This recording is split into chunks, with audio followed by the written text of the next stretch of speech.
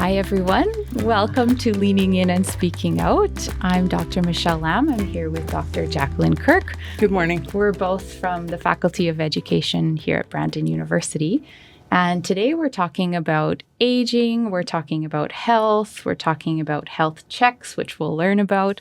And I'm looking forward to this conversation.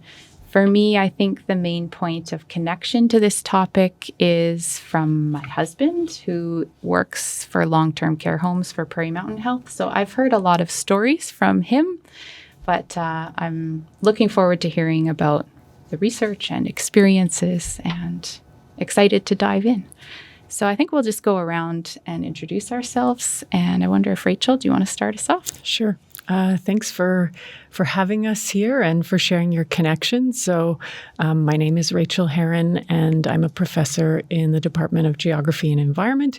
And you might be wondering what a professor of geography is doing with an interest in aging, but there's actually a really long-standing interest in population aging as a demographic phenomenon for geographers. So we're interested in not just how many people in the population are growing old, but also, what is their access to services like? What is it like for them to live in the community?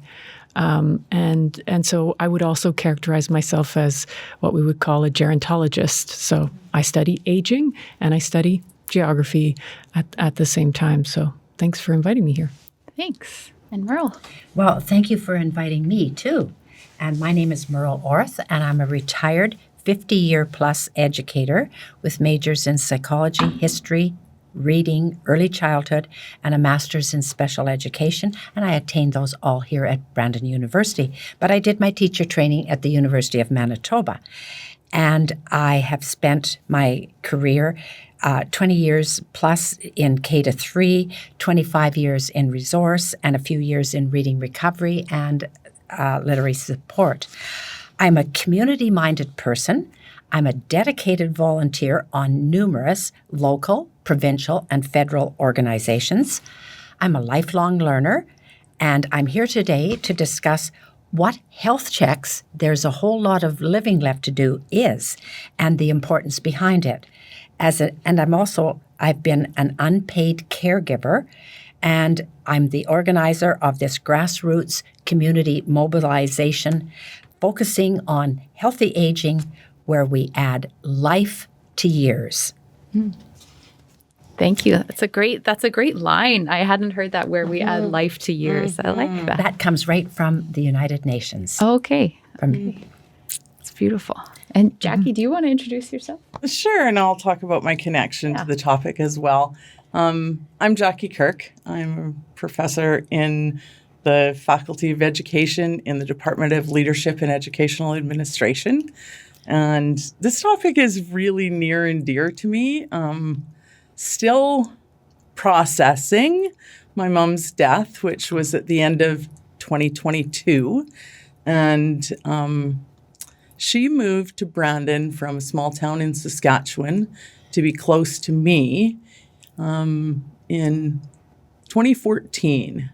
And so we were coming up on 9 years that she had been here and had been with me. And I had been visiting her and being her sort of primary person. She didn't live with me. She lived in River Heights, and then she lived in a care home in Brandon.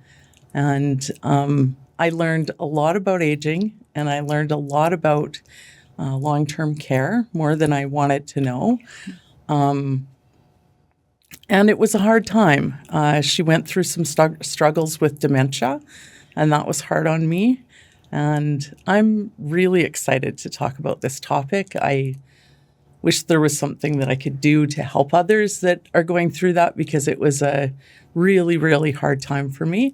But it's been really hard to live without her now, because she had become such a big part of my life. Mm-hmm. And so it was a big life change when she left. Mm-hmm. And so, yeah.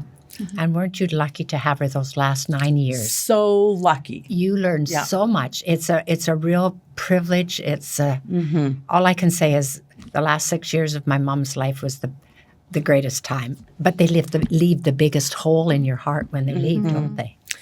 Mm-hmm. And I have 3 siblings who all live in Saskatchewan, and they were really as much support as they could be. Like, they did really well at supporting us, but they were still a long ways away. And especially in the pandemic when the borders closed, right? That really was a huge change in quality of life for me and for my mom. But yeah, this is a great topic. I'm really excited that you came to talk with us today. I too had a sister in Winnipeg, but she had other family important issues that she had to be out of the country the majority of the time. So she didn't get the same access, and that ended up very differently for her with my mother's passing than for me, that she lived in our house with us. Yeah. Except the last 10 days of her life. And it was her health was very frail. She was very frail at the end. But what a great opportunity to have. Yeah, I agree. So let's just start maybe by defining what health checks is, or explaining that for us and why that's important. So I wonder if you could start us there, Meryl. I will. Health checks, there's a whole lot of living left to do's event, is a free one-day health and wellness expo for adults of all ages and caregivers in Brandon and surrounding area. But the focus really is on older adults. The event is designed to benefit individuals and their families who are seeking information and support that puts a focus on sustainable, healthy aging in place and create an age-friendly community that fosters the well-being of older adults and family caregivers by supporting their rights to self-determination, respect, and dignity, which helps to make our community more caring, compassionate, and affirming, where everyone can age to their full potential. The expo offers preventative advice, interventional screens, and select assessments with potential information for the attendees, physicians, and other professionals. The kiosks area features educational information, including programs, services and support providers, activities, and demonstrations. We have speaker sessions which provide essential information for independent and active living. The expo focuses primarily on what is happening in Brandon in terms of activities, socialization, and access to required information to remain independent and active members of the community. Now, why is this important? Well, the population of southwestern Manitoba represents the largest older adult 65-plus population per capita in Manitoba, according to which is 19% in 2019. Now, also, the Health Checks Committee and the Expo was acknowledged by the UN Decade of Healthy Aging. This decade, 2020 to 2030, is a decade to work together to ensure everyone, everywhere, enjoys both longer and healthier lives. To celebrate what we've achieved together and highlight how we can accelerate action on healthy aging. So Health Checks, there's a whole lot of living left to do, has been published as part of a collection of online case studies on the UN Decade Platform's Progress Hub Report. Now, this year's event is happening on September the 10th from 9:30 a.m. to 1:30 p.m. at the Healthy Living Center. Now, some of the highlights of this year's events include there are 10 different health screens, including, for the first time, we have self-administered nutritional screening questionnaire, we have reflexology, we have a vision screen, which is a focus on falls prevention, and we have a family physician, Dr. Darren Nickel from the Brandon Clinic, who is bringing a student doctor with him, and they are going to be available for general health advice. Now, we'll also have over 50 kiosks ranging from a variety of organizations, health sectors, businesses, and government in attendance to help navigate the various systems and networks that are so important to help you maintain your independence and overall well-being. Now, some first-time kiosk participants will include the Rainbow Resource Center and Friendship Force. We have 3 speaker sessions on information that is vital to all members of the public, including students. The first one, the CRA, they're going to come and speak on different credits and benefits. Then we have the Emergency Preparedness by Tobin Prasnick. He's the manager for the City of Brandon's emergency response. This presentation will start with a brief overview of Brandon's emergency management program and the significant role of the Brandon Emergency Support Team, BEST. As he shares lessons learned from previous events, he will highlight current and future risks to our city and the importance of personal and family preparedness. This presentation will wrap up with an interactive discussion on alerting, the notification processes, and where we currently get information during an emergency. And our last speaker is the 211 Manitoba. Finding help can be hard when you don't know where to turn. Now join this presentation for 211 Manitoba to learn how to find help, which can be made easy by just calling 211. To call 211, it will link you up with more than 10,000 programs and services across Manitoba and connect you to the care you need. Whether it be home health care, newcomer supports, or mental health care, 211 is here to answer the call. Now, we also have activities and demonstrations. We have the massage and I want to say about the massage, come over and get a free over-the-clothing body massage. And then and we get a lot of people that want to come for that. And the reflexology demonstrations. We have a portable library from the Brandon Library. And we have an active transportation demo with A&L Cycle coming to show us about all the different mobile devices that they have. And I just want to say one last word. Something that's really important about the vision screen. This is the first time in 6 years that Health Checks has included vision. We've always had hearing, we've always had dental, but this vision screen we are getting from the Misericordia Hospital. They are bringing the Eye Health Care Center here, and the lady Sylvia is going to do a focus on falls prevention. So I want to put a plug in for the Misericordia Hospital coming out here. And this is very unusual, I want to say. Mm-hmm. So it's for, adults and older adults. Mm-hmm. So that's just a tidbit. Come and see all the things that we have. It's really exciting. It sounds like it will be a fantastic day. And you said it's on September 10th? Yes. And it's right here at Brandon University, so you can just hop over when you're not in class. Okay. So, Rachel, can you tell us about some of your research that connects to this event? Sure. So I'm not researching this event. There won't be someone there who's, trying to research you. But this event really builds on research evidence and connects a lot to my research on social inclusion with older adults and on access to services. So when I'm talking about social inclusion, I'm talking about meaningful participation in your community.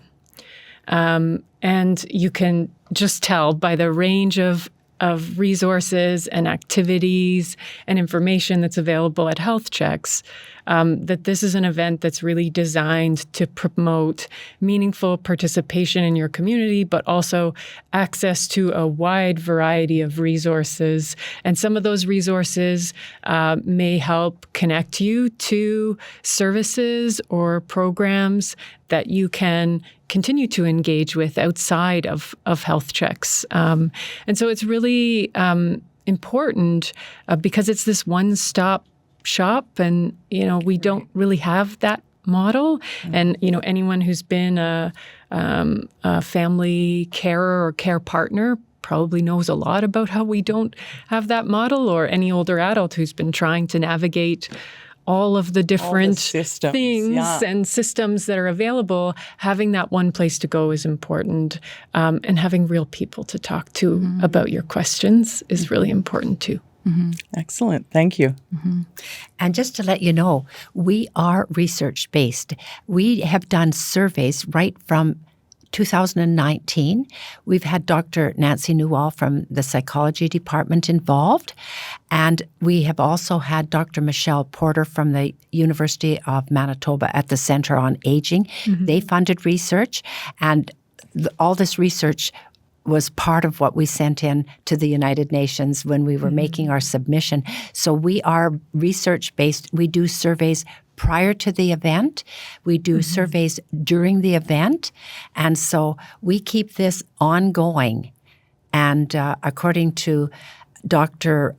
Elizabeth Reinhold, the gerontologist who unfortunately moved away from Brandon to Saskatoon, she said, Meryl, this is probably one of the most important things that has made this really an important aspect of what you're doing is keeping up the research, showing that what you're doing, you're answering questions that the public, you're trying to meet with the barriers and the gaps that are in the system, and you're trying to provide information so that people can have that to help them age in place.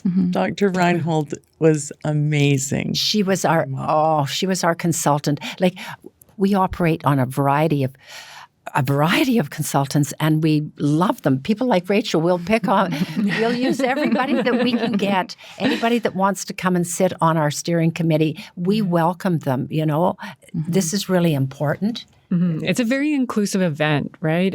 So it's not only research, like evidence-based, but also I think one of the things that's really impressive is the way that you have drawn in different members of the community, that you're working with CIRC, and you're working with WIS, and you're working with Seniors for Seniors, and you're working with Susie now. And the Brandon Friendship Center has been right from the get-go. They bring information, and they bring what the gaps are, and they bring what the barriers are. And can you find information? Can you get a speaker? Can you do this? Because this is what we need. We try to pull together what we can to help provide information and support to meet the needs. So one of the phrases that you used right at the end there was aging in place. And that's a phrase I've heard a lot in relation to this topic. So I wondered if we could define that.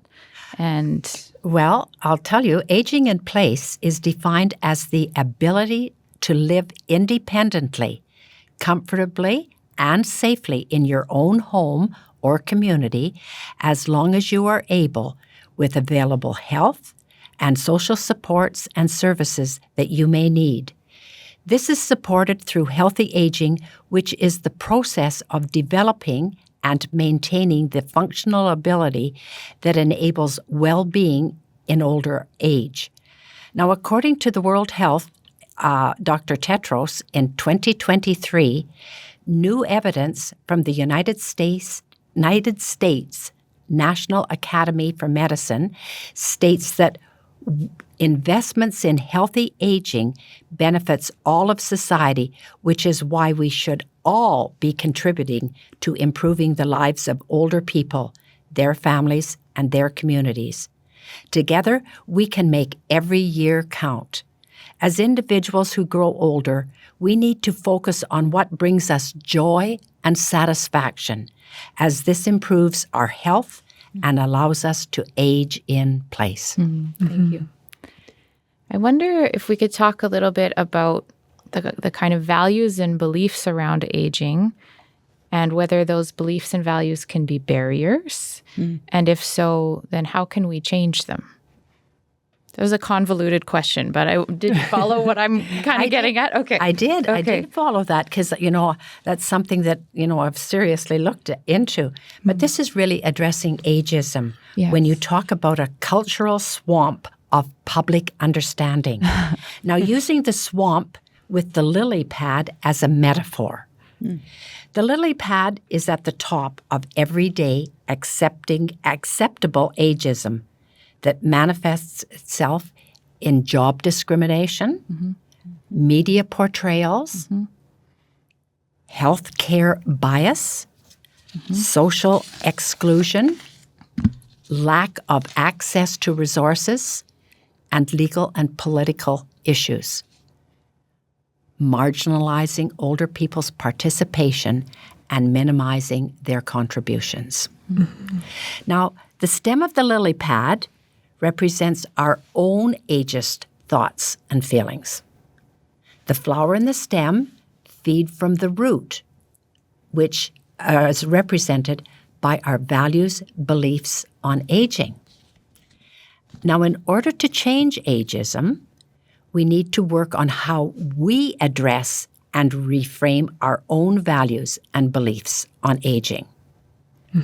This, in turn, can help to defeat ageism as shown through the perceptions and portrayals of the aging population, like our thoughts and feelings.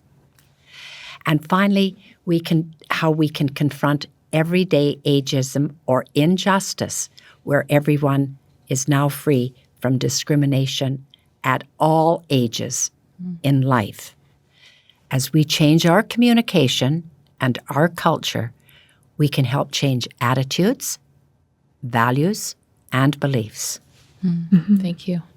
Do you want to add anything to that question, Rachel? Yeah, I was just thinking about, shopping for birthday cards, and as a kind of tangible example of acceptance of ageist beliefs, there isn't sort of you don't have to go very far to find a card that makes a joke about growing old.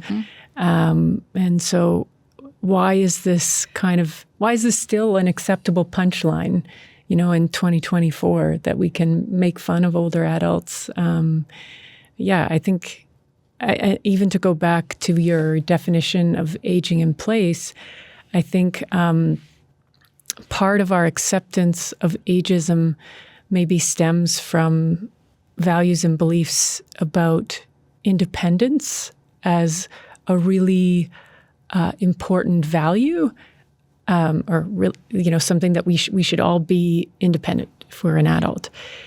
And I kind of want to trouble that idea, even when it comes to aging in place. Aging in place, throughout the life course often requires a complex network of people around us to live good lives, right? And so we're never really that independent. But I think that value of independence feeds into a lot of ageist beliefs. Yes. Something that I thought about, and this is just a thought. I think if I was to ask any one of us sitting here, can you describe, how would you describe your, say, parents or your grandparents? Like, how would you really describe them? And I've actually done this with people out in the community. I've said, how would you describe them to me?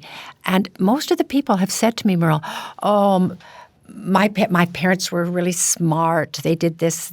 They were very kind. They were very involved. They were considerate, and they did all these things. And then I just asked the next question. I said, okay, now how would you describe the aging population in general? And their first response, well, oh my gosh, they're frail. They depend on us. They're using all the healthcare money. It's when you're thinking about your own personal situation, you're thinking about all the positive attributes. But when you're thinking about things in general, it turns to a negative picture. Yeah. That's a really good example. It's great. Yeah. And unfortunately really illustrates how embedded ageism is in our views, right? Yes. I think we learned a lot in my family with my mom because we sort of fell in different camps about it.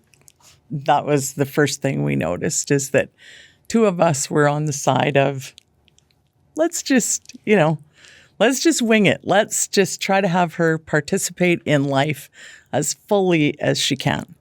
And the other two were a little bit worried that something might happen to her if we weren't careful with her, like a little bit of fear around it.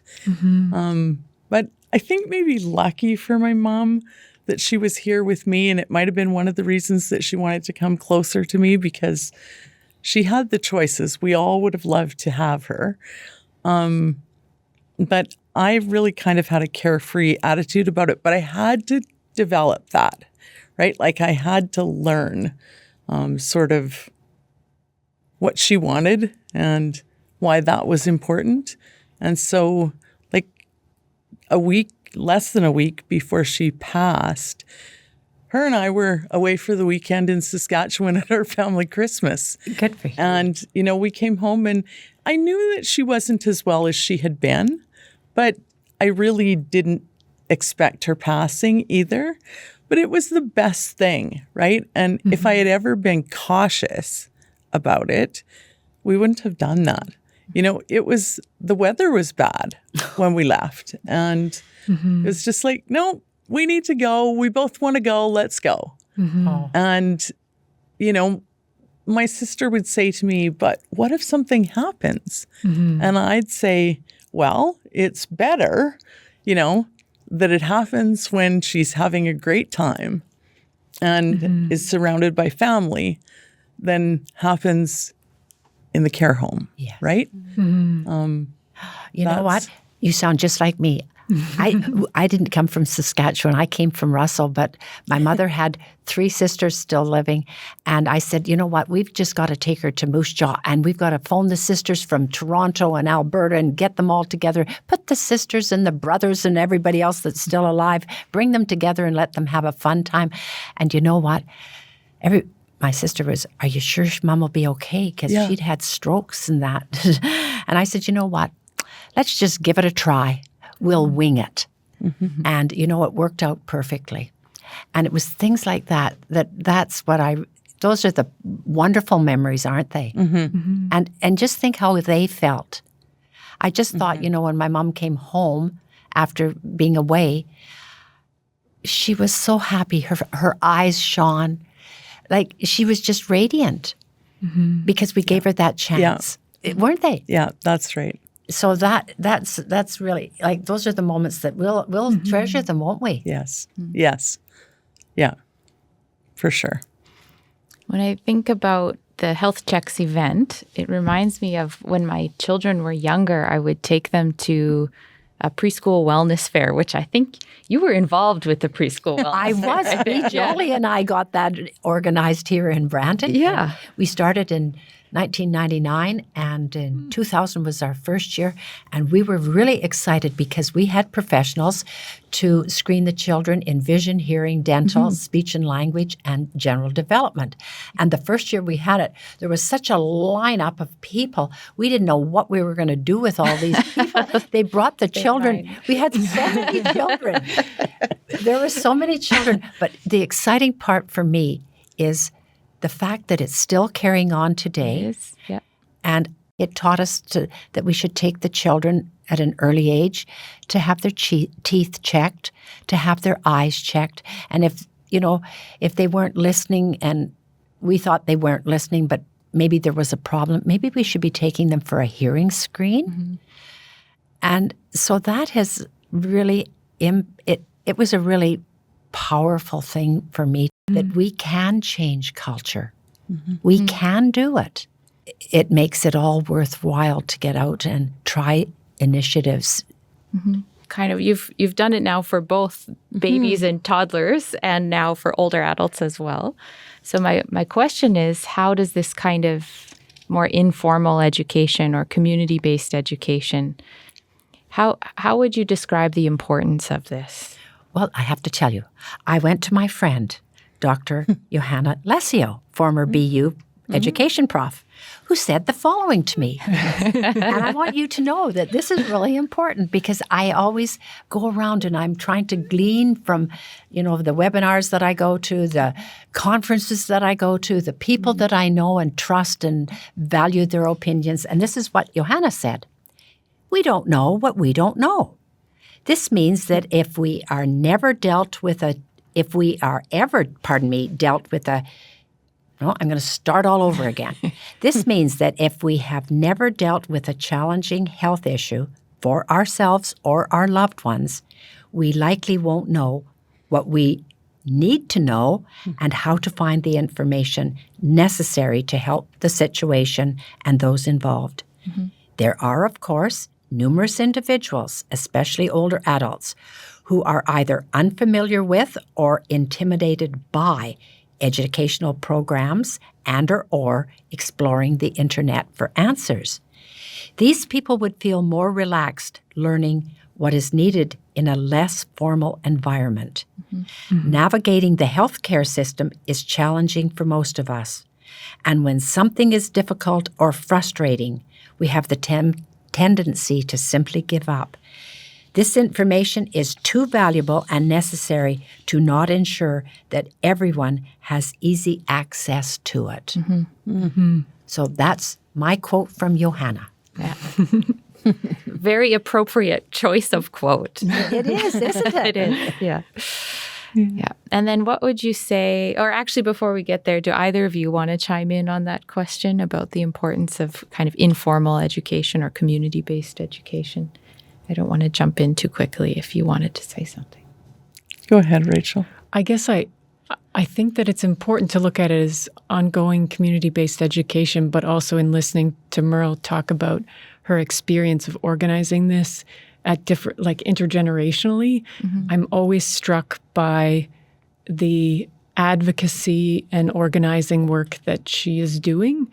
And I think it's really important to go back to our kind of ageist assumptions that we have and challenge those assumptions and recognize that older adults in our community are actively contributing to the well-being of younger generations and to the well-being of older adults. And so community education is not just something that is given to older adults. It's something that older adults are a part of giving to others. And I think that's important. I think that's really important. Yeah. And are there ways that more formal education systems, like we are here at Brandon University and raising up the next generation of teachers in K-12 systems, are there ways that more formal education systems could support this kind of community education? What kinds of links would you like to see in your dream world? Well, you know what? I'm going back to Johanna. She says formal education institutions could support community-based education in a number of ways. Brandon University has provided a meeting space for the Third Age Learning Co-op, otherwise known as TALK, in which older adults can learn from invited speakers and fellow seniors on a wide variety of topics related to aging, as well as other areas of interest.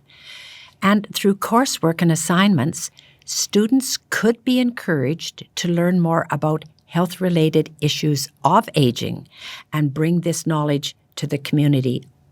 And that, I think, is really important for the students to bring their knowledge to the community organizations. So if there was a project here, and then they took it to like Seniors for Seniors, or they took their project and delivered their project to the Brandon Friendship Center and to the Westman Immigration and to even to CIRC.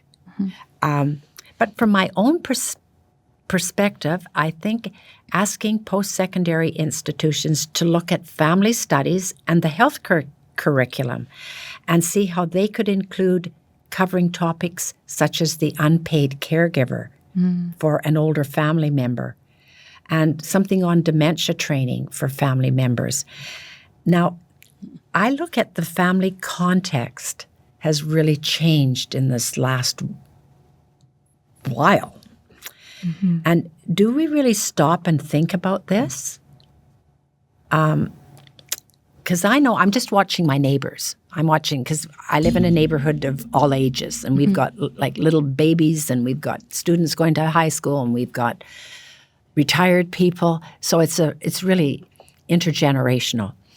And I'm watching in one case, the high school student who's bringing home the special doll that has to be, he's looking after, it's wetting its diapers and it's crying and he's having to care for this baby, etc.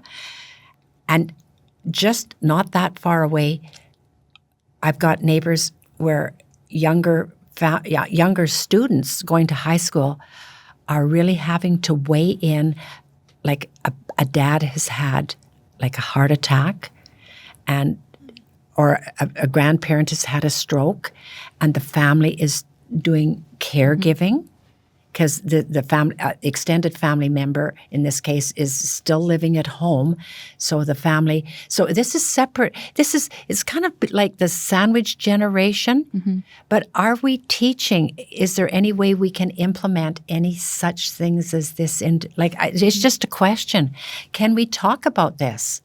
Can we do a project on it?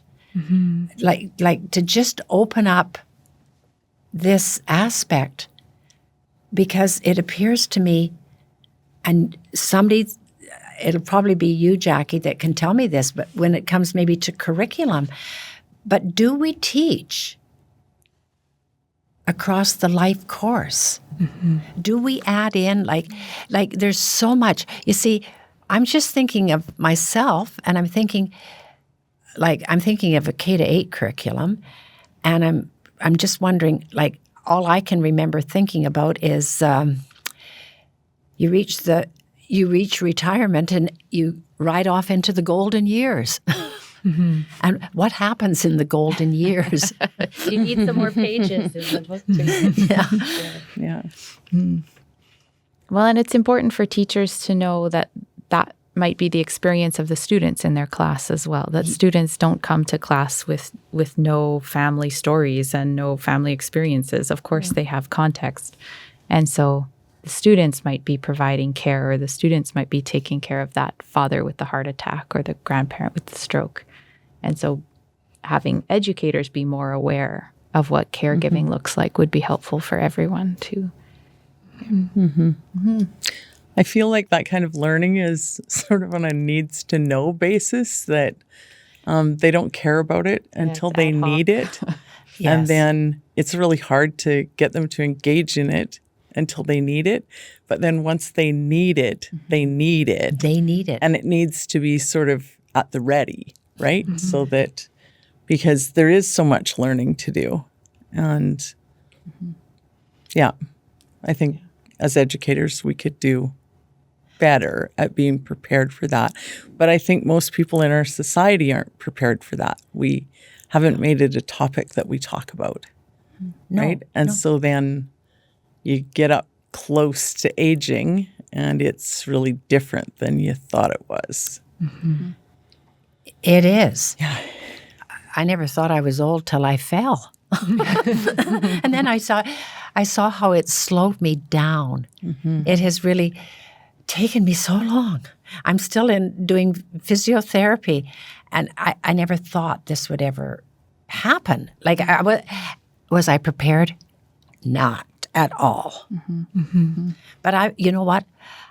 I'm an optimistic person, and I'm a person that I've been active all my life. So you know what? I'm going to continue being active. But that's just my attitude, I would say. Yeah.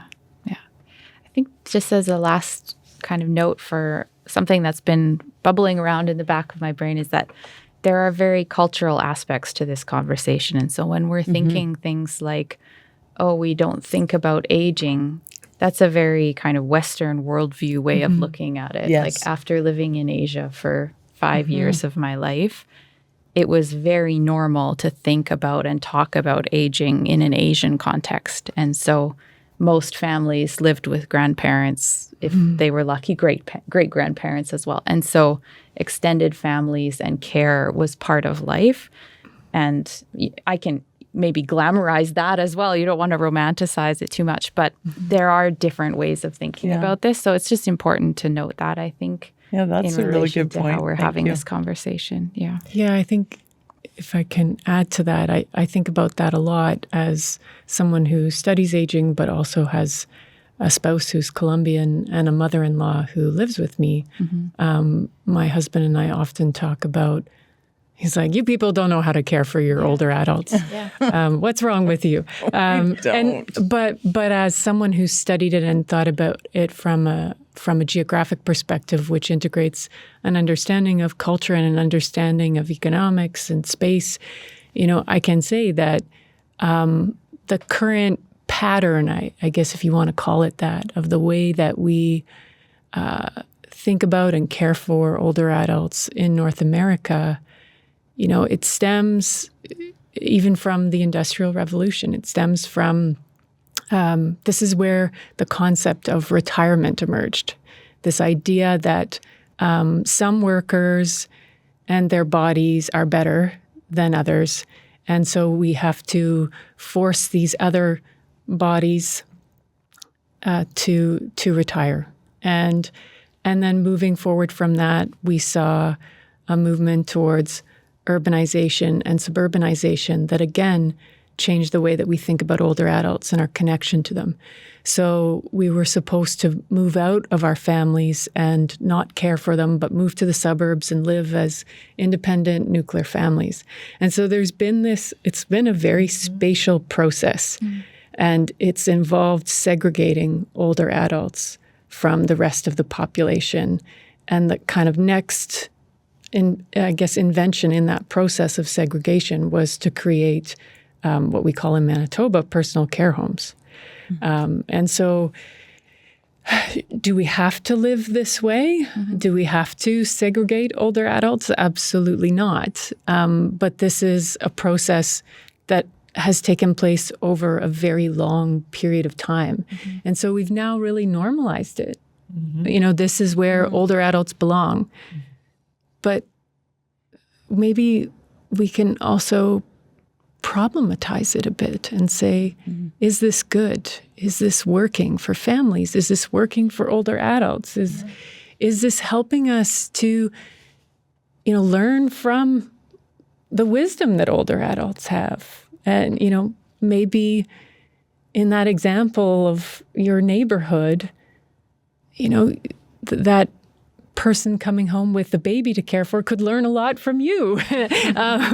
And so how do we create the kind of neighborhoods, the kind of environments that allow us to, add more life to yours, as you were saying, right? Because the structures we've created, at least the dominant structures in North American culture, maybe aren't supporting that.